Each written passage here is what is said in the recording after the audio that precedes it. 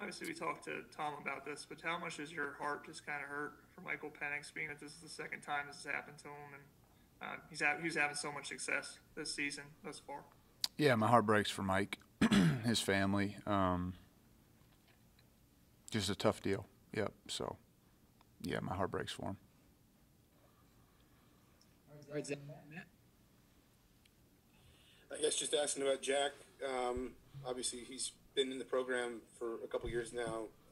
Coach Allen said that he was particularly impressive to you guys in fall camp, and I know that kind of his career in terms of how much football he was getting to play kind of got chopped up around his transfer and kind of leaving Utah and coming into IU. Just kind of how much have you seen him maybe even just improve in the last 6 to 9 months? Sorry, it's my son. How could you? What's the matter with you? What are you trying to be around your kids? He's watching. If you give him as a cookie over here. Unacceptable. But just, I guess, how much have you seen him improve? Maybe just having the consistent reps in the offense, obviously, kind of with you especially, even maybe in just the last 6 to 9 months. I think Jack's continued to improve since the day he got here, we're excited for Jack. Obviously, not the circumstances that you would want, but we have a lot of confidence in Jack. He works really hard. He prepares his tail off. He has a lot of talent, and so he's ready and did a good job Saturday when he came in the game. He executed and did the things that we asked him to and helped our team win. So we have a lot of confidence and faith in Jack, and we're excited for him to have that opportunity, and we know that he'll do a great job. All right, Matt and Kevin. Hey, no kids here, guys. I mean, come on. We Coach, got to tighten up a little. You mentioned Jack's performance on Saturday. Obviously, I know you're up in the box, but from watching on TV, it just seemed like when he came in, you saw him they showed him on the screen. It didn't seem like the moment was too big, no deer in headlights kind of look. I know you didn't ask him to do a ton, but he seemed pretty unflappable and poised. I mean, just from your communication, did you feel like he was really calm and ready to go, and not the moment wasn't too big? I did. Yeah, I certainly did. And he's prepared really hard. He has it each and every week, and I think that gave him confidence to go into the game. And so he just did his job. As soon as what happened. He just put his helmet on, ran out there on the field, took a couple snaps like we normally would. It was really very normal. And the conversations that he and I both had were, normal, just like you normally would with Mike when Mike's in the game. So he really did a nice job and didn't flinch and didn't blink and just went out there and, his first pass was a 2-point conversion, which was a big play, and he didn't throw an incompletion Saturday and what we asked him to do. So I thought he did a nice job, managed the game. Helped us put some drives together that helped us get some points and kind of secure the game towards the end there. So I thought he did a real nice job. All right, Kevin, Dylan. Yeah, Coach. Coach Allen just mentioned that kind of Jack has a big arm too, but obviously Mike is a special arm talent. How do the play calls or the playbook, does it adjust at all, or how many throws that Jack can make similar to what Mike can make in terms of how you go about the offense? Sure. Well, they're different. They're different players, but there's no lack of talent for Jack. There's no pass concept that we don't have confidence in Jack throwing or executing.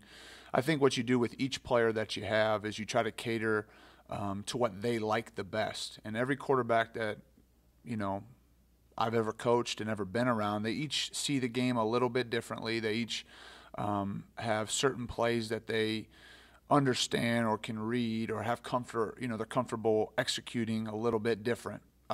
So I think that's why the communication piece between the play caller and the quarterback is so important, because you want to make sure that you're trying to call the plays that the players have the most confidence in. And every quarterback sees the game a little bit different, and likes certain plays more or less than others. And so the communication between myself and the quarterbacks that are playing, that's really important. And those conversations are had throughout the week, throughout your preparation, certainly in the game, and you try to make sure that you're calling those plays that they have the most confidence in and that they're the most excited about. All right, Dylan, then Rebby. Hey, Coach. Coach Allen said that the kind of direct snaps, the Wildcats were sort of a part of the game plan. I guess what did you see in practice leading up to think that would work, and just how pleased were you with the execution from the O-line and the backs? Yeah, well, the Wildcat stuff, the direct snap to the tailback, it was a conversation. We've had different people on our staff that have had different experiences with direct snaps to the running back. It was a conversation that Coach Allen, Coach Hiller, Coach Hart, and myself had. This would have been back during the original quarantine. There was a lot of things going around as far as availability of players, and you were trying to prepare for, if you didn't have available quarterbacks and what kind of auxiliary offenses that you may or may not, need. And we've ran a package similar to that even in the years prior to this year. We just haven't done them in a game. So I thought they did a nice job. We thought that it could give us a little bit of a boost. And you make those decisions week to week, whether or not you feel like it gives you an advantage. And I thought that the guys that ran the ball, Stevie and David did a nice job. And I thought the guys blocked well in the box to give us a little bit of a spark and just a little bit of a change of pace. So, it was a good job by the players executing and a good job by the staff just kind of, circling back on some previous conversations, both, Coach Allen and Coach Hiller just trying to brainstorm some things earlier in the week on what might give us a little bit of an advantage for that game. So that's what ended up happening. Ravi, then Jim Coyle. Hey, Coach. Obviously, Tuttle coming out of high school was a top 5 guy in the country as far as pro-style quarterbacks ratings go. Just what are your thoughts, talent level that he has, and what are some things that you feel he's really developed in addition to the talent during his time there at IU? Well, I think he's continued to develop physically like all, 18 to 22-year-old, people do. He's gotten bigger, stronger, faster, quicker. But he always has had ability. He's always, when he came in here, he threw the ball well. He's got good fundamentals. He's accurate. He's got good arm strength. I think he moves better than people give him credit for. So there really has never been a lack of talent. I think for Jack, it's just repetitions. It's just continuing to play the game that has allowed him to make quicker, better decisions. And ultimately that's one of the key components of playing, quality quarterbacking, is making good, quick decisions. And I think he's just continued to grow with that. I think some stability within the system and some stability amongst the staff, even though, obviously Coach DeBoer left, there was still a lot of carryover and some continuity with things that we were teaching conceptually. And I think as a quarterback, I think that's important. I really do. I think when you look at the development of players, I think consistency and stability matters, and when you look at a kid like Jack, he's just continued to get better because the messages have been the same.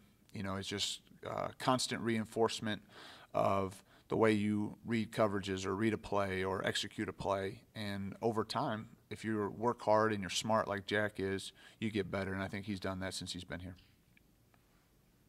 All right, Jim, then Rick Bozich. Nick, you guys as a team have been through this before with Michael. Obviously, last year, Peyton, you talked about the differences in the quarterbacks, and Jack seems a little more similar in style. With this being your first year calling the plays, does this make it a little easier for you to continue the offense in the same direction, and does it help the offense itself keep moving in the same direction?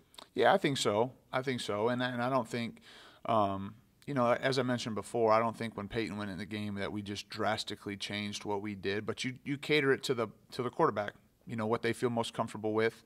I think there's a lot of carryover between, the things that Mike liked the most and the things that Jack likes the most. There'll be subtle changes for sure. And, whether or not it's noticeable to the fan or not, maybe not. But, you try to put together a system of offense, and it's been a challenge and an unusual year, but you try to put together a system of offense that has flexibility based on your personnel, week to week, game to game, whether it's, you're missing a guy up front, on the perimeter, whatever it may be, you better have some flexibility to adjust, to adapt. And certainly at the quarterback position, you better have some variety in your concepts to allow them to, to highlight their strengths. And so that's what we'll try to do this week. And Jack's got a lot of strengths, and so we're looking forward to that challenge to try to put together a great plan that allows him to be successful.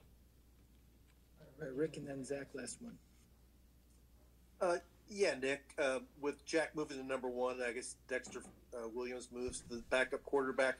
What can you tell us about him? And had most of his snaps this fall been as scout team quarterback, or how much action has he gotten? Well, throughout training camp, one of the things that I thought Coach Allen did just, really an excellent job was just giving a lot of players reps. And so during that period, Dexter was, executing our offense and getting a lot of reps. As the season goes on, you can't rep more than 2 quarterbacks to try to get them ready to play in a game, relative to your scout reps. So he has gotten a bunch of scout team reps and scout skelly for the defense and some team reps for the defense. And then he's been involved just making sure that he's paying attention and taking great mental reps on our end. So, his reps obviously will increase. You have to be mindful of what, he feels most comfortable with and what he can execute. But just like Jack, Dexter doesn't have any limitations from, a talent standpoint. He can make all the throws. He's athletic. He's, smart and tough. And you just got to make sure that he feels comfortable with everything that you're asking. Obviously, some of his package of plays might be smaller than what you would ask Mike or Jack to do. So, but he's got to be ready. Everybody's got to step up. And, we got to, it's a tough loss for sure. But we have a lot of confidence in the players in that room and in the whole group, that we can find a way. That's really what this time of the year is all about across the country, is just finding a way to get, one more point than your opponent each and every week, and that's what we're going to try to do. So we have a lot of confidence in those guys, and we have a lot of confidence in the group. Zach, last one. I guess kind of an offensive line question, kind of a two-parter. One, we saw Dylan shift to the right last week. I guess just kind of what made that the move to, I guess, bring Mike in at the left guard and move Dylan to the right, and then kind of, I guess, attached to a lot of the questions about quarterback, you guys flipped your tackles in the offseason, I think in part because Mike was a left-hander. Given the fact that both guys have extensive experience on the other side, do you think about moving that back if you've got a righty, or is it just maybe at this point in the season you say let's leave those tackles where they are, so to speak? Yeah, those are questions to be had. We'll the one. And I think I've mentioned this before, because of the nature of this year, everybody's cross-trained. Guys can play both sides, both inside and out. We've had to do that, which is a good thing. It's good for our players, just their overall development. But, we've tried to train tackles at both sides, and obviously when you go out there, one's got to play left and one's got to play right. But we have repped, all the guys that are in the rotation and within the 2 deep on both sides, because you don't know. You don't know what, you want to make sure you get your best 5 out there. And then as far as the guards go, we've just had a little bit of a rotation going, trying to keep guys fresh, rewarding guys that deserve to play. And so we've rotated all those guys through there. And, we did a nice job Saturday. We obviously ran the ball better, and we thought we blocked it better. And so that was definitely a contributing factor to that. So every position has to have some flexibility. The wide receivers got to be able to play both inside and out. The tight ends got to play on the ball, off the ball, detached. The offensive line has to play multiple positions. And so when we, get to Saturday, we'll make those decisions as far as where to best place each player. All right, thanks, Nick. Okay, thanks, guys. Stay safe.